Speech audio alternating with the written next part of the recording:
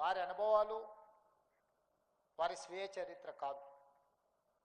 వారు రాసిన అనుభవాలు తెలంగాణ ఉద్యమ సందర్భంలో ప్రజల కోణంలో జరిగిన తెలంగాణ ఉద్యమం గురించే ఆ విజయ తెలంగాణలో పొందుపరిచిందని నేను వ్యక్తిగతంగా భావిస్తున్నాను. ఎందుకంటే తెలంగాణ చరిత్ర నేను తెలంగాణ బిల్లు శాసనసభకు వచ్చినప్పుడు ఒక అంశాన్ని ప్రస్తావించిన. ఈ తెలంగాణ నేల మీద తెలంగాణ యొక్క ఏర్పాటు కోసం పోరాటాలు చేసి అసూలు బాసిన వాళ్ళే ఉన్నారు. అసూలు బాసిన వాళ్ళు, అమరులు అయిన వాళ్ళు, వాళ్ళ గొప్పతనాన్ని, వాళ్ళ పోరాట స్ఫూర్తిని వాళ్ళు లెక్కించుకోలేరు. అలాంటి వాళ్ళు వేలాది లక్షలాది మంది ఈ నేల మీద పుట్టినరు, ఈ నేల మీద అమరులైనరు. కానీ విజయం సాధించినప్పుడు కొంతమంది ఆ చరిత్రను తమ గొప్పతనంగానో తమకు అనుకూలంగానూ మలుచుకుంటారు. కాబట్టి ఈరోజు ఉమ్మడి ఆంధ్రప్రదేశ్ శాసనసభలో తెలంగాణ యొక్క చరిత్రను, పోరాట స్ఫూర్తిని, సాయుధ రైతాంగ పోరాటం నుంచి ఆ తర్వాత 69 కానీ, లేకపోతే 96లో తెలంగాణ జనసభ ఉద్యమం కానీ, లేకపోతే 2001లో కానీ వివిధ సందర్భాలలో తెలంగాణ ఉద్యమంలో పాల్గొన్న విద్యార్థిని ఉద్యమకారుల గురించి చర్చ జరగాలి, ఈ చరిత్రను లెక్కించాలి అని ఆ రోజే నేను శాసనసభలో ప్రస్తావించాను. ఈ మధ్యకాలంలో కూడా ఏదో సందర్భంలో నేను అన్నా, ఒక వ్యక్తి, ఒక కుటుంబము, ఒక రాజకీయ పార్టీ మొత్తం తెలంగాణ చరిత్ర అనే విధంగా చిత్రీకరించడానికి కొంతమంది ప్రయత్నం చేస్తున్నారు. అది వాస్తవం కాదు. తెలంగాణ ఉద్యమంలో ప్రత్యక్షంగా పాల్గొన్న వాళ్ళు వాళ్ళ అనుభవాలను తెర ముందు జరిగింది, తెర వెనకాల జరిగిన విషయాలను క్రోడీకరించి రాసితే మన భవిష్యత్ తరాలకు ఈ సమాచారం, ఈ సందేశం చేరాలి అని వారు కోరుకున్నారు.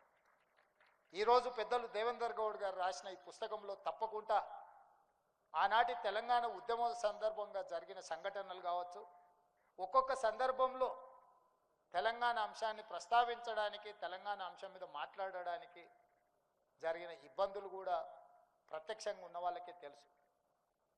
ఇప్పుడు చెబితే అది పెద్ద అంశంగా కూడా కనిపించకపోవచ్చు, కానీ ఆ రోజుల్లో ఆ విషయానికి అంత ప్రాధాన్యత ఉండే. ఆ రోజు దేవేందర్ గౌడ్ గారు తీసుకున్న నిర్ణయం ఒక సాహసోపేతమైన నిర్ణయం. ఎందుకంటే రాజకీయ పార్టీలో యజమానితో పాటు సమానంగా అన్ని రకాల అధికారము, హక్కులు, గౌరవం ఆ రోజు పెద్దలు దేవేందర్ గౌడ్ గారికి ఉండే. ఆ రోజు వారు ఉన్న పార్టీలో నాయకుడు ఎంత చలామణి అవుతుండేనో దేవేందర్ గౌడ్ గారు కూడా సరి సమానంగా నాయకుడితో పాటు ఆ రోజు చలామణిలో ఉండే. వారి ఆర్థిక పరిస్థితి నేను చెప్పాల్సిన పని లేదు, వాళ్ళ రాజకీయ నేపథ్యం, వారు పొందిన పదవులు నేను చెప్పాల్సిన పని లేదు. వాస్తవంగా వారికి అవసరం లేదు, వారికి ఉన్న నేపథ్యానికి వారికి ఉన్న జరుగుతున్నాయి. కానీ వారు వాటన్నిటిని పక్కన పెట్టి ఈ సందర్భంలో నా పాత్ర నేను నిర్వహించాలి, తెలంగాణ ఈరోజు ఈ పదము పలకకుండా ఈ పదాన్ని ముందుకు తీసుకెళ్ళకపోతే ఈ సమాజానికి అన్యాయం జరుగుద్ది, నాకు వ్యక్తిగా నష్టం జరిగినా, కష్టం వచ్చినా ఈ విధానంలో ముందుకెళ్ళాలని వారు ధైర్యంగా ముందుకు వచ్చారు. ఆ రోజు పాశం యాదగిరి గారు, చాలామంది మిత్రులు వారితో పాటు కలిసి నడిచిన వాళ్ళు, పనిచేసిన వాళ్ళు చాలామంది ఉన్నారు. ఎన్నో ఒడిదుడుకులను వారు ఎదుర్కొన్నారు. నిజంగా వారు చాలా లగ్జరీ లైఫ్ని వారు ఆ రోజు సాక్రిఫైస్ చేసింది. ఎందుకంటే ఇది ఏ తీరానికి చేరుతుందో తెలియదు, ఏ రూపాంతరం చెందుతుందో తెలియదు. తెలంగాణ రాష్ట్రం వచ్చింది కాబట్టి ఈరోజు ఇక్కడ ఉన్న వాళ్ళందరూ రాష్ట్రం వచ్చింది కదా అనే ఒక సంతోషంలో ఉన్నారు. కానీ ఒకవేళ రాష్ట్రం రాకపోయి ఉంటే రాజకీయ పరిణామాలు వేగవంతంగా మారి ఊహించని పరిణామాలు రాజకీయాల్లో వచ్చినుంటే వారు నిర్మించుకున్న మొత్తం భవిష్యత్తే గందరగోళం పోయి ఉండే. అయినా పర్వాలేదు అని చెప్పి ఆ రోజు పెద్దలు దేవేందర్ గౌడ్ గారు తెలంగాణ ఉద్యమంలో ముందున్నారు. ఇదే విధంగా గోదావరి జలాల ద్వారానే తెలంగాణ రాష్ట్రం సస్యశ్యామలం అవుతుంది. వేలాది టీఎంసీలు సముద్రంలో కలుస్తుంటే పాలకుల నిర్లక్ష్యం తెలంగాణకు తీరని అన్యాయం చేస్తుంది. ఖచ్చితంగా గోదావరి జలాల ద్వారానే ఈ తెలంగాణను సస్యశ్యామలం చేయాలని వారు పాదయాత్ర చేయడం ద్వారానే ఆనాటి ప్రభుత్వం మీద ఒత్తిడి వచ్చి ఎప్పటి నుంచో డిమాండ్ ఉండే. అంతకంటే ముందు పెద్దలు విద్యాసాగరరావు గారు కూడా గోదావరి జలాలు, ఇచ్చంపల్లి ప్రాజెక్టులను చేపట్టాలని వారు ఒక ప్రయత్నం చేశారు. వారి ప్రయత్నం ప్రజలకు అంశాన్ని చేరింది, కానీ ఆ ప్రయత్నం ఆ సమస్యను పరిష్కరించలే. కానీ పెద్దలు దేవేందర్ గౌడ్ గారు ఎప్పుడైతే గోదావరి జలాలను తెలంగాణలో పారించాలి అని చేసిందో ఆ ఒత్తిడి ఫలించింది. ఆ రోజు ప్రాణహిత చేవెళ్ళ ప్రాజెక్టును ఆనాటి ప్రభుత్వం చేపట్టి దాదాపుగా ఎక్కడో తుమ్మిడిహెట్టి దగ్గర ఉన్న ప్రాజెక్టును చేవెళ్ళ వరకు, వికారాబాద్ వరకు, తాండూరు వరకు నీళ్లు తరలించాలనే ప్రాజెక్టుకు ఆ రోజు పునాది రాయబడ్డది. ఆ పోరాటంలో దేవేందర్ గౌడ్ గారు ఆ పాదయాత్ర ప్రభుత్వాల మీద ఒత్తిడి వచ్చింది. ప్రభుత్వాలు నిర్ణయం తీసుకునే ప్రభుత్వాలు ఆ ప్రాజెక్టును చేపట్టాల్సిన పరిస్థితి వారి పాదయాత్రతో వచ్చింది. ఆ తర్వాత వాళ్ళు తీసుకున్న నిర్ణయాలలో ప్రధానంగా తెలంగాణ అంటే టీజీ అనే పిల్లలు బండ్ల మీదనే కాదు వాళ్ళ గుండెల మీద కూడా ఆ రోజు రాసుకున్నారు. తెలంగాణను టీజీ రూపంలో రాయాలి అని ఆ రోజు దేవేందర్ గౌడ్ గారు తీసుకున్న రాజకీయ నిర్ణయమే టీజీ. కానీ తెలంగాణ రాష్ట్రం వచ్చిన తర్వాత ప్రజల గుండెల్లో శాశ్వతంగా ఉన్న టీజీ కాస్త టీఎస్గా మారింది.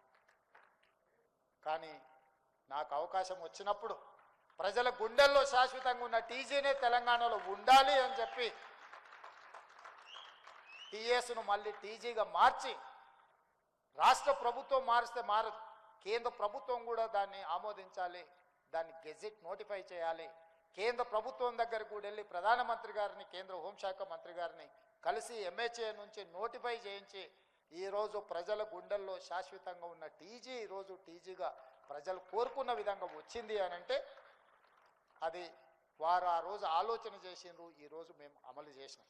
నేను టీజీ చేసినప్పుడు మొట్టమొదట టీజీ చేయాలని ఆలోచన చేసినప్పుడు పెద్దలు దేవేందర్ గౌడ్ గారే నాకు గుర్తొచ్చారు. ఆ రోజు వారు టీజీని గోడల మీదనే కాదు గుండెల మీద రాపిచ్చిండ్రు. ఈరోజు తెలంగాణ ప్రజలు కోరుకున్నట్టుగా టీజీ అని. ఇంతకుముందు మనం విన్న జయ జయ హే తెలంగాణ 10 సంవత్సరాలు నివురు గప్పిన నిప్పులాగా ఉండే. రాష్ట్రీయ గీతంగా తెలంగాణ ఉద్యమంలో మనం తెచ్చుకుందాం అనుకున్నాం, పాడుకున్నాము, ఆడుకున్నాము. తెలంగాణ వస్తే మొట్టమొదట తెలంగాణ రాష్ట్రీయ గీతమే మొదటి నిర్ణయం అవుతుంది అనుకున్నాం. కానీ 10 సంవత్సరాలు నివురు గప్పిన నిప్పులా కొలిమిలో అట్లానే ఉంటే దాన్ని వెలికి తీసి ఊది ఈరోజు ఆ నిప్పు ఈరోజు ప్రజలందరి దగ్గర తీర్చే విధంగా జయ జయ హే తెలంగాణ రాష్ట్రీయ గీతంగా, రాష్ట్ర అధికారిక గీతంగా మన ప్రభుత్వం నిర్ణయం తీసుకున్నది.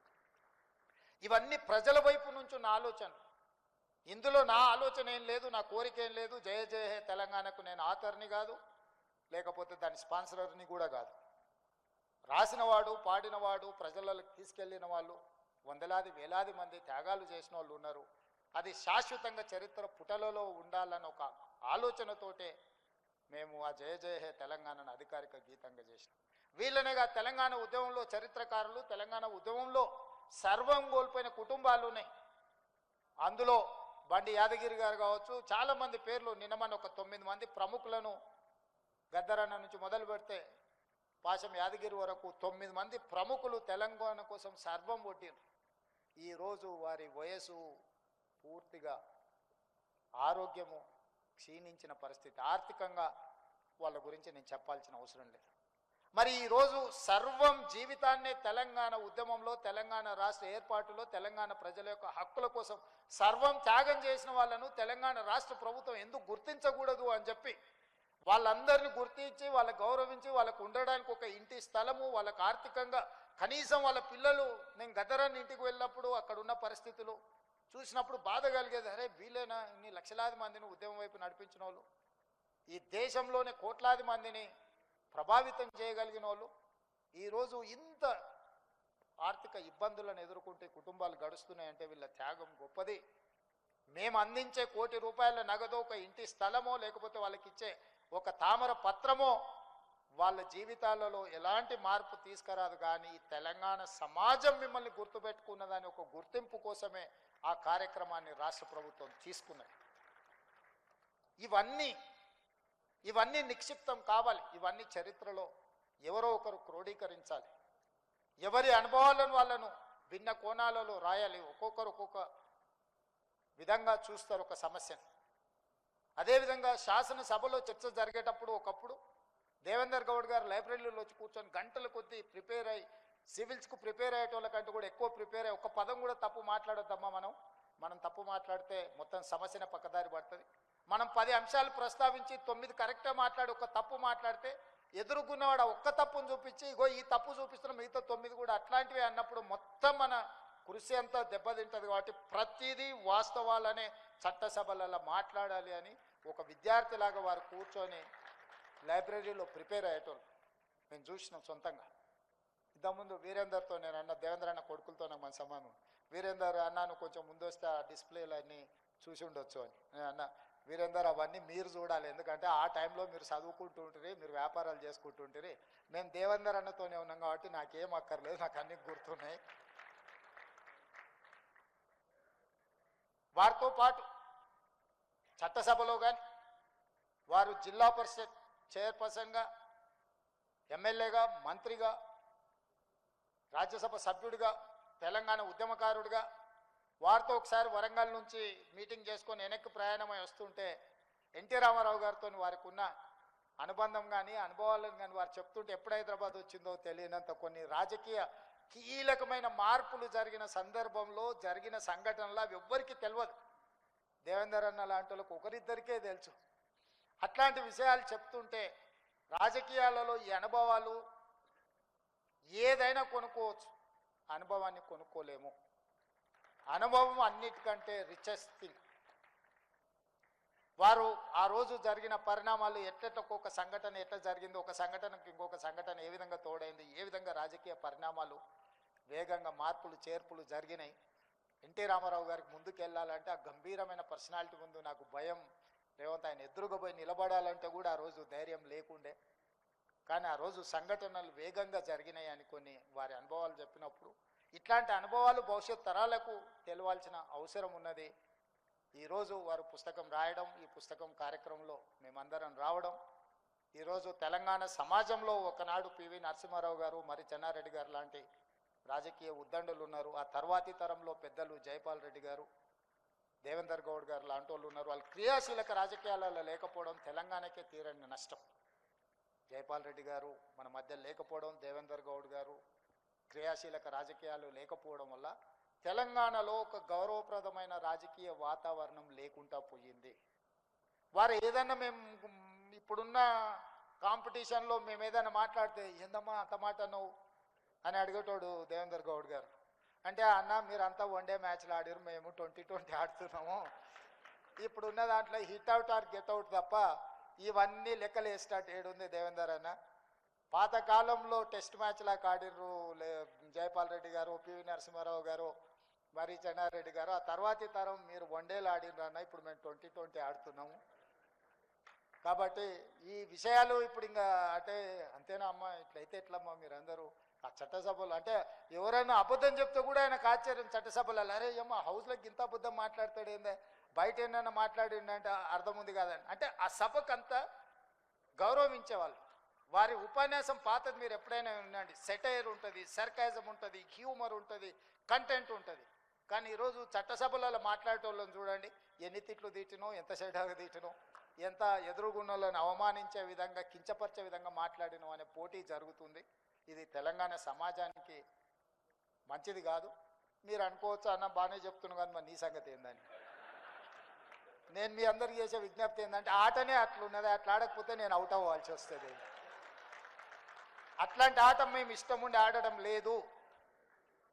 నాకు చాలా ఏళ్ళు కలిసి పనిచేసిన అనుభవం పెద్దలు దత్తాత్రేయ గారితో, లక్ష్మణన్నతోని కలిసి పెరిగి అంటే వాళ్ళ ముందర పెరుగుకుంటూ వచ్చినాం. దేవేందర్ గౌడ్ గారితో కలిసి పనిచేసినాం. ఆనాడు ఉన్న రాజకీయాలు లేకపోతే విధానాలు, ఒక ఆర్గనైజేషన్ కమిట్మెంట్స్ ఇవన్నీ డిఫరెంట్ లెవెల్లో ఉండే. ఈరోజు ఉన్న పరిస్థితి ఇట్లా తయారైంది. కాకపోతే నేను ఈ కాంపిటీషన్లో ఉండాలనుకుంటున్నా, గెలవాలనుకుంటున్నా కాబట్టి కొన్ని నాకు ఇష్టం లేకపోయినా కష్టంగా అనిపించింది. ఎందుకంటే నా పాత 2009 నుంచి 14 అసెంబ్లీలో స్పీచెస్ చూడండి. మొట్టమొదటి బడ్జెట్ రాజశేఖర రెడ్డి గారు ప్రవేశపెట్టినప్పుడు చంద్రబాబు నాయుడు గారి తర్వాత నేనే ఇనిషియేట్ చేసిన బడ్జెట్ డిస్కషన్ని. 92 మంది ఎమ్మెల్యేలు 5-6 సార్లు ఎమ్మెల్యేలు గెలిచిన వాళ్ళు ఉంటే కూడా ఫస్ట్ టైం ఎమ్మెల్యేగా నేను బడ్జెట్ డిస్కషన్ని ఇనిషియేట్ చేసి చాలా అంశాల మీద రాజశేఖర రెడ్డి గారు లేచి చెప్పుకోలేని పరిస్థితి, చాలాసార్లు లేచి రిప్లై చేయాల్సిన పరిస్థితి కల్పించిన. అంటే అంశాలను అన్నింటిని కూడా చేసి ప్రాంతానికి కానీ లేకపోతే ప్రజలకు కానీ జరిగిన నష్టాల మీద విశ్లేషణ చేసుకుంటూ మాట్లాడిన మొదటిసారి ఎమ్మెల్సీ అయినప్పుడు చుక్కా రామయ్య గారితో, ప్రొఫెసర్ నాగేశ్వర్ గారితో, అట్లాంటి వాళ్ళతో కలిసి పనిచేసి చదివి అవగాహనతో మాట్లాడాలనుకున్న వాళ్ళతో కలిసి పనిచేసిన. పోను పోను పోను పోను అది ఎట్లా తయారైంది అని అంటే ఇప్పుడున్నట్టుగా తయారైంది. ఇప్పుడు ఎట్లుంది అనేది నాకంటే మీకు అందరికీ ఎక్కువ తెలుసు. చిన్నపిల్లలు టీవీ ఎందుకు చూస్తావురా, మార్చే ఛానల్ మార్చుండ్రు రాజకీయ నాయకులు వస్తానే పరిస్థితి తెలంగాణ రాజకీయాలలో దాపురించింది. ఇది ఎక్కడో ఒక దగ్గర మార్పుకు మనం పునాది వెయ్యాలి. ఎక్కడో ఒక దగ్గర అలాంటి వాళ్ళను ఎక్కడో ఒక దగ్గర నిలువరించడానికి ప్రయత్నం చేయాలి. ఏది ఏమైనా తెలంగాణలో విలువలతో కూడుకున్న ప్రజా సమస్యల మీద పోరాటం చేసే నాయకత్వాలు ముందుకు రావాలి. ఎంత పెట్టుబడి పెట్టినాం, ఎంత లాభం వచ్చిందనే లెక్కలు తగ్గాలని కోరుకుంటూ దేవేందర్ గౌడ్ గారు రాసిన పుస్తకాన్ని ఆవిష్కరించే అవకాశం కలిగినందుకు నాకు చాలా ఆనందంగా ఉంది. ఇది ఒక గౌరవము. చాలా పుస్తకాలు ఏవో ఆవిష్కరిస్తుంటాం, అవన్నీ మనకు మనస్ఫూర్తి మనకు మనసాక్షిగా ఒక మంచి